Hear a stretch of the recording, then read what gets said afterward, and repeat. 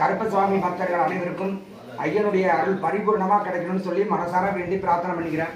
அதே நேரத்தில் நம்மளுடைய திருக்கோவிலில் ஐயாவுடைய சன்னிதானத்தில் ஆவணி மாதம் பெரும் திருவிழா வரக்கூடிய ஆவணி மாதம் 3ஆம் தேதி அன்னைக்கு, ஆவணி தேதிக்கு தமிழ் தேதிக்கு 3ஆம் தேதி அன்னைக்கு பௌர்ணமி திருவிழா மிக பிரம்மாண்டமாக திருக்கோயிலில் நடைபெற உள்ளது.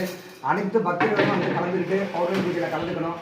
அதே போல் வரக்கூடிய ஞாயிற்றுக்கிழமை, அதாவது இந்த ஞாயிற்று இல்லாமல் அடுத்த ஞாயிற்றுக்கிழமை அன்னைக்கு அருள்மிகு மகா மாசாணி அம்மனுடைய திருக்கோயில் பயணம் தொடங்குது. அதிலிருந்து 3 நாட்கள் கோயிலில் அருள்வாக்கு கிடையாது. பக்தர்கள் அடுத்த புதன்கிழமை அன்னைக்கு வந்து வாக்கு கிடையாது, வந்து சுவாமி தரிசனம் மட்டும்தான். அதனால் கருப்பு சுவாமியை நினச்சி வரக்கூடிய பக்தர்களாக இருக்கட்டும், இல்லை வாக்கு வரவங்களாக இருக்கட்டும், திங்கள் செவ்வாய் புதன் இந்த 3 நாளும் வாக்கு கிடையாது. அடுத்தது வெள்ளிக்கிழமையிலேருந்து தான், அதாவது இந்த வாரம் இல்லை அடுத்த வாரத்தில். அதுக்கு தகுந்த மாதிரி பக்தர்கள் வந்து தரிசனம் பண்ணணும். யாரும் கோயிலுக்கு வந்து அனாவசியமாக வந்து சுவாமி இல்லை அப்படின்னு சொல்லிட்டு திரும்பி போக வேண்டாம். வரக்கூடிய பக்தர்கள் வந்து அன்றைக்கி தரிசனம் பண்ணிட்டு போங்க, நல்லருள் எல்லாருக்கும் கிடைக்கும். அப்படி யாரும் மாசாணி